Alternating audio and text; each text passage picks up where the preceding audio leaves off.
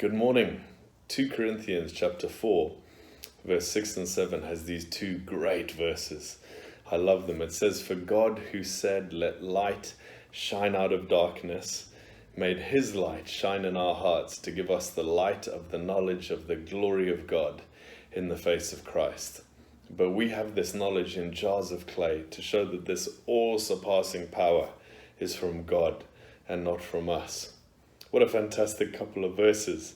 And just the incredible fact that the God who said, "Let light shine out of darkness," the God who created all things, the God who, with a word, just saw light come into a dark place at the beginning of all things, the God who holds all things in his hands, that God shone his light into our hearts to give us the light of the knowledge of the glory of God in the face of Christ.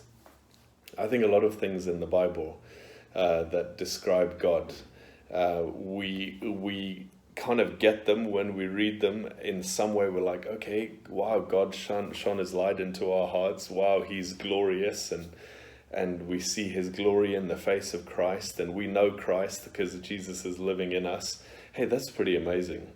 But I believe God's desire for us is that the longer we are Christians, the more this knowledge that we read about, like these two verses, moves from our head to our hearts.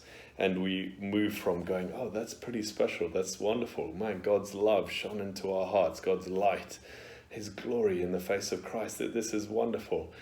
I believe God wants to move us from that to being, oh man, that's life-changing, that's incredible. Wow, God.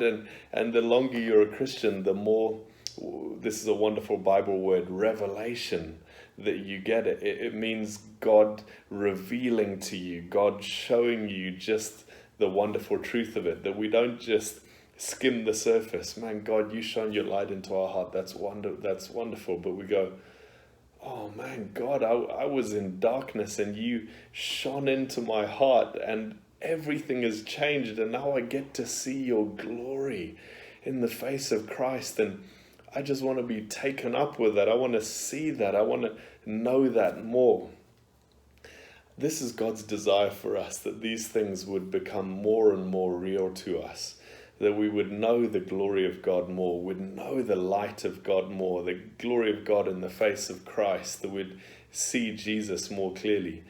And I think a step in that direction is a step which is just acknowledging, God, I'm so easily kind of distracted. I'm so easily moving on from one thing to another thing, caught up in busyness. I'm so easily just skimming the surface.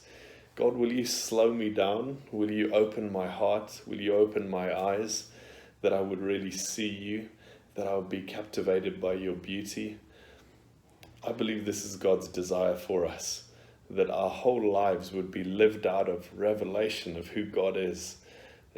Head knowledge is wonderful. God created our brains and gave us an ability to grasp things. But when the Bible talks about knowledge, when the Hebrews who are the people of God in the Old Testament, and a Hebrew understanding is an understanding of knowledge, not just being head knowledge, but being head and heart.